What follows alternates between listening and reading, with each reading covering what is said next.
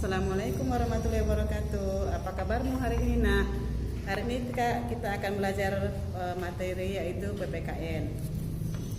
Nah, sebelum kita mulai pembelajaran ini, Ibu harap kalian dalam kondisi sehat selalu. Biarpun kita sedang belajar daring di rumah, kita tetap dalam kondisi dan dalam kesehatan yang prima, sehingga kita tetap semangat dalam mengikuti pembelajaran kita hari ini. Untuk pelajaran PPKN, pokok bahasan kita yang pertama yaitu nilai-nilai Pancasila dan kerangka praktik penyelenggaraan pemerintah negara. Nah, sebelum kita masuk ke pokok bahasan, ke sub pokok bahasanya, kita harus tahu terlebih dahulu apakah itu Pancasila. Pancasila adalah ideologi dasar bagi negara Indonesia.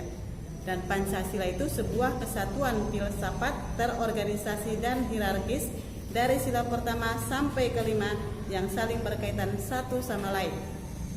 Itu mengenai Pancasila. Jadi kalau kita sudah paham apa itu Pancasila, baru kita masuk ke macam-macam kekuasaan negara.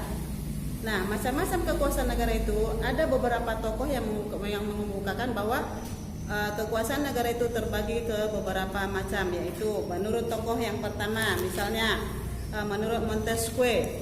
Montesquieu membagi kekuasaan negara itu menjadi 3 kekuasaan. Yang pertama, legislatif, eksekutif, dan yudikatif. Sedangkan menurut Van Vollenhoven menyatakan bahwa kekuasaan negara itu dapat dibagi menjadi 4 fungsi. Yang pertama, fungsi hukum keperajaan, hukum kepolisian, hukum peradilan, dan hukum perundang-undangan. Dan ada satu tokoh lagi yang mengemukakan bahwa kekuasaan negara itu terbagi kepada 3, yaitu menurut John Locke. John Locke membagi kekuasaan negara itu menjadi 3. Yang pertama, legislatif, eksekutif, dan federatif. Nah, bagaimana dengan sistem kekuasaan di negara kita? Di negara kita sistem pembagian kekuasaan itu dibagi kepada 2. Yang pertama, pembagian kekuasaan secara horizontal. Yang kedua, pembagian kekuasaan secara vertikal. Kita bahas yang pertama, yaitu pembagian kekuasaan secara horizontal. Pembagian kekuasaan secara horizontal itu terbagi kepada 6. Yang pertama, kekuasaan konstitutif. Yang kedua, kekuasaan eksekutif. Yang ketiga, kekuasaan legislatif. Yang keempat, kekuasaan yudikatif. Yang kelima, kekuasaan eksaminatif. Dan yang keenam yaitu kekuasaan moneter. Nah, kita bahas satu persatu.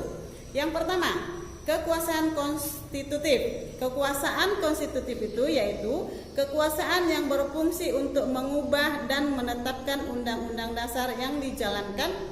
Siapa pelaksananya? Yang dijalankan oleh Majelis Permusyawaratan Rakyat, yaitu MPR.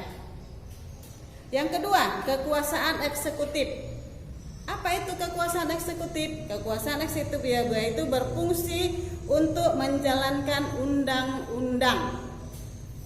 Kekuasaan yang berfungsi untuk menjalankan undang-undang.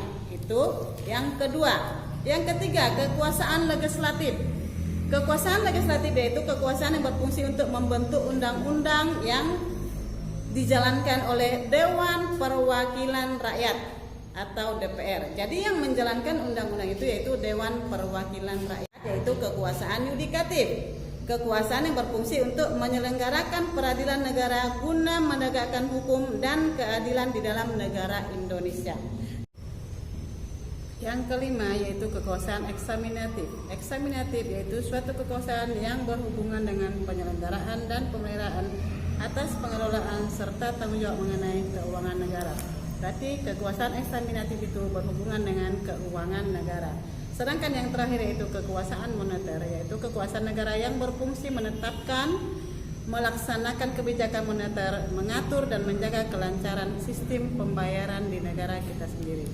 Nah, sampai di situ dulu ya Ibu jelaskan mengenai pokok bahasan sistem pembagian di negara kita. Nah, untuk tugas kamu di rumah, nak, kamu harus menjelaskan pembagian kekuasaan negara itu berdasarkan vertikal. Kamu baca di LKS. Apakah kekuasaan di kertas lembar beserta contohnya. Nanti pas pada kegiatan luring, kamu bawa kertasnya, kamu bawa tugasnya di sekolah dan akan Ibu koresi untuk memasukkan ke nilai kamu, yaitu pelajaran PPKN. Demikianlah penjelasan dari Ibu untuk materi yang pertama. Kita jumpa lagi di materi berikutnya. Assalamualaikum warahmatullahi wabarakatuh.